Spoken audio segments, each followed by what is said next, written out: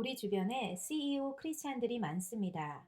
그런데 이 CEO는 우리가 아는 최고 경영자 CEO가 아니라 Christians who come on Christmas and Easter only입니다. 크리스마스나 부활절 같은 연중 행사에만 교회에 나오는 사람들을 빗대어 한 말입니다. 예수님은 우리를 CEO 크리스찬으로 살도록 부르신 것이 아니라 그분의 제자가 되어 세상을 변화시키는 위대한 일을 하라고 부르셨습니다.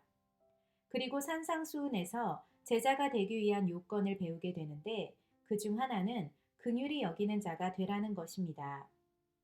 긍휼과 은혜는 구원을 완성하는 하나님의 사랑의 두 가지 속성이지만 사실 여기에는 큰 차이가 있습니다.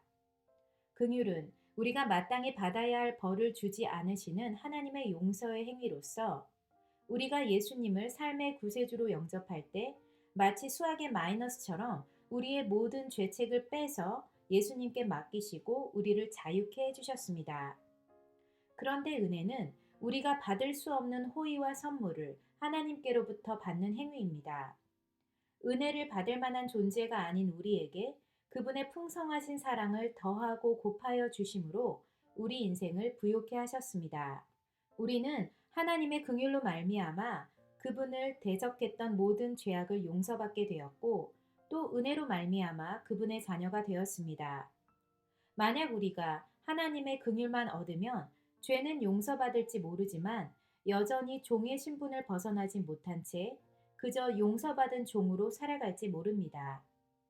하지만 긍휼과 더불어 하나님의 은혜까지 받게 되면 율법의 저주로부터 자유케 되고 하나님의 기업을 이어받을 자녀의 신분으로 변하게 됩니다. 즉, 하나님의 긍휼과 은혜라는 온전한 사랑을 경험하면 영적으로 용서받은 종에서 사랑받는 자녀로 신분 상승을 하게 됩니다. 그렇기 때문에 우리는 하나님의 긍휼과 은혜가 모두 필요합니다. 우리뿐만 아니라 세상의 모든 사람들이 하나님의 긍휼과 은혜가 필요합니다. 하지만 오직 하나님만이 은혜를 베푸시고 또 죄인들을 그분의 자녀 삼아 주실 수 있지 우리는 절대 할 수 없는 일입니다. 그렇지만 긍휼은 예수님의 권위와 능력을 위임받은 우리가 그분을 본받아 따라할 수 있는 가장 중요한 선행입니다.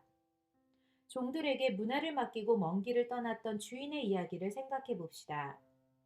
주인이 돌아와서 종들이 자신이 맡긴 문화로 어떤 일을 행했는지 보고받았을 때 자신이 가진 문화로 더 많은 문화를 남긴 종은 칭찬을 받았지만 아무것도 하지 않고 보관만 한 종은 악한 종이라고 책망받았습니다. 어쩌면 문화는 다른 사람들이 하나님의 구원의 은혜를 맛보게 하는 기회로 사용하라고 우리에게 맡기신 긍휼과도 같습니다. 우리가 사람들에게 긍휼을 베풀고 또 더 많이 베풀면 베풀수록 사람들이 하나님의 은혜를 경험할 수 있는 기회가 더욱 늘어납니다.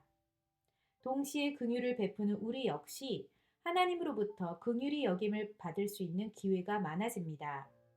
그리고 지혜 있는 자는 궁창의 빛과 같이 빛날 것이요 많은 사람을 옳은 대로 돌아오게 하는 자는 별과 같이 영원토록 비추리라는 하나님의 말씀이 우리의 것이 될 것입니다.